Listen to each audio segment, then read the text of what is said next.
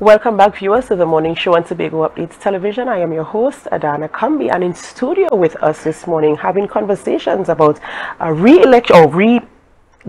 reappointment in the position of Commissioner of the Equal Opportunity Commissions is Mr. John Arnold, son of the soil. If you don't know who Mr. John Arnold is, well then, I don't know what to say.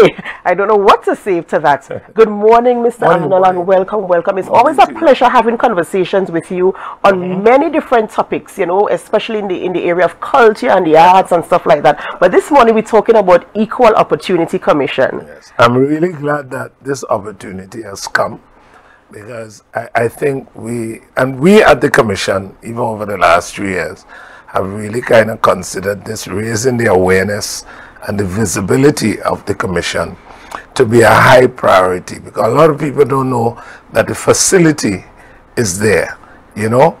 The Equal Opportunities Commission was set up in 2008, and basically there are two things to it. One is the elimination of discrimination, which of course becomes a life work. That's right.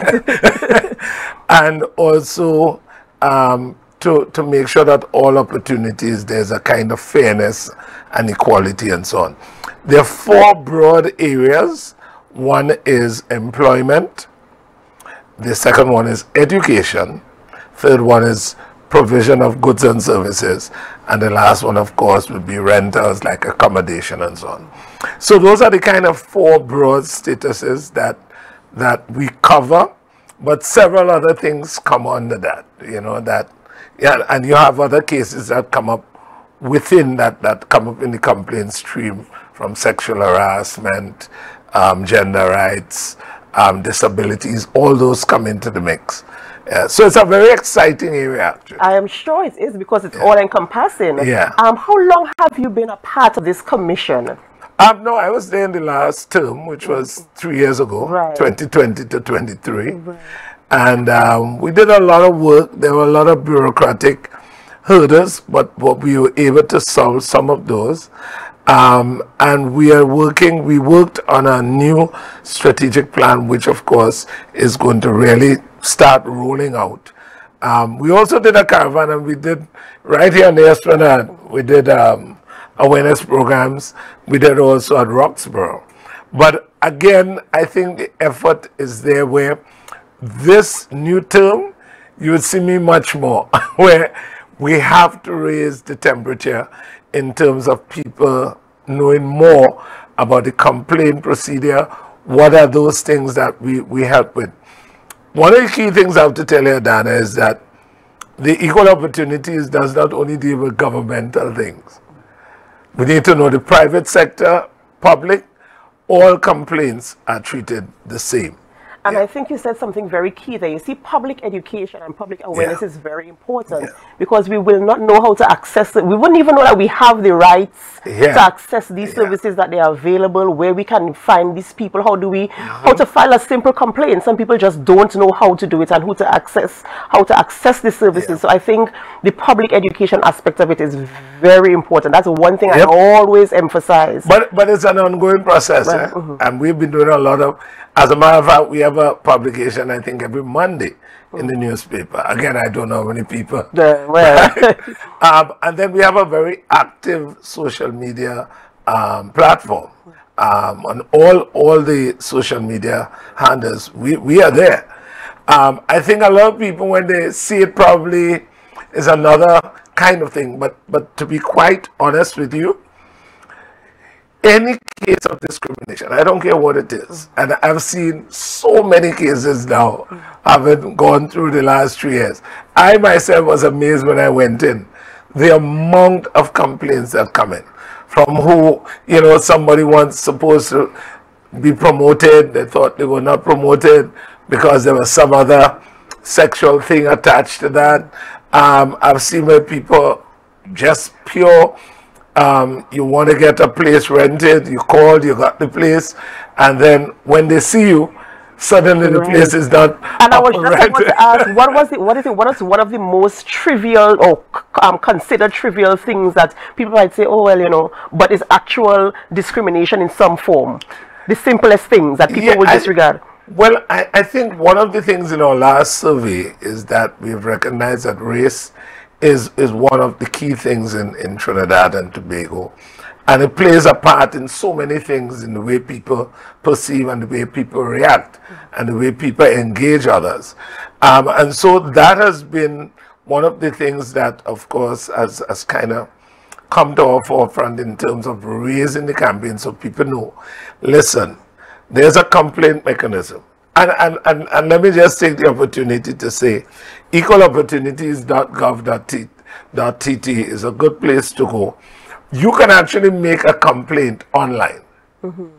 So you have a problem with your employer, and you wanted to make a complaint, you can go right now on the online, fill out the form. It's an editable PDF. You fill out the form, give all the details of your complaint, press submit, and it goes to the Equal Opportunities Commission. And how in terms of the feedback, how frequent? Oh, that's fast. You get a response, and the response always, the complaint procedure is very simple. Submission, then investigation, which is asking both parties. The Equal Opportunities will tell the person who is the not the complainant, the other person, well, this came in, can you tell us what has happened? So you get both sides, and then both sides are called to what we call conciliation, where they sit now with not affirmed, qualified conciliator, and that person now tries to see how best they can, make the thing amicable and have a proper result. Now, if there is no result, it's important to know we have the EOT, which is the Equal Opportunities Tribunal. Okay. So there's a special court which is independent of EOC but works collaboratively with us. So only when we cannot finalize in terms of you feel you didn't like what you got from the EOC, what was the resolution, you can then ask for it to be referred to the EOT. And in all of this, is there any cost attached to this? I'm glad you asked the question, because I was going to come to it, and it's all free. Yeah.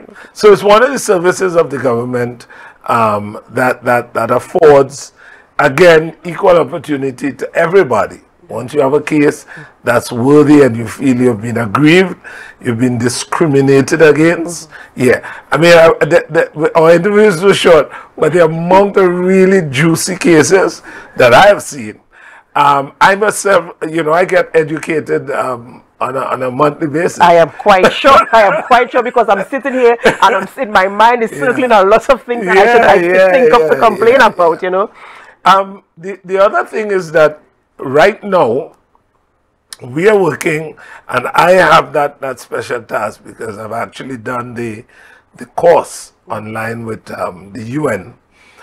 We are actually doing a great collaboration now with the UNFPA for what is called the prevention of sexual exploitation and abuse, right? Which has become a real serious problem across the globe. And even from where you have cases where UN workers abuse their privileges in poor areas and so on. So that is a campaign that's been funded by the UN. And we are now working collaboratively with them as the EOC. Well, that's another thing we do. We collaborate with many people and many persons. And we get documents from everybody. People concerned with gender, people concerned with gay rights, people concerned with disabilities. Oh yeah, we get everybody, and we try to collaborate, listen, work. There are some things that are not under our hubris, but we, as much as possible, right, we try to make sure that we meet people and give advice and we have a really good legal department, right, that has some very top-notch lawyers there. And they, of course, are the ones who lead a lot of the conciliatory and a lot of the legal responses and so on. But this sounds like a lot. This sounds like so consuming in terms of trying to bring resolve to the complainant and also to the other party. Yes. To ensure fairness, of course. Yes. I'm sure that is one of your pillars, to ensure that there's fairness in the outcomes of your distribution of your assignments. You know, and you know, before we wrap, of course, I know you said that the public awareness is going to increase aggressively, so that we know. What is your approach now in this, as your new term has begun? What is your approach in ensuring the public awareness and everything that needs to happen to ensure that people get the services that they require? So it's funny, by law, there are 5 commissioners, and they have to have specific competencies. My area, of course, is management and administration.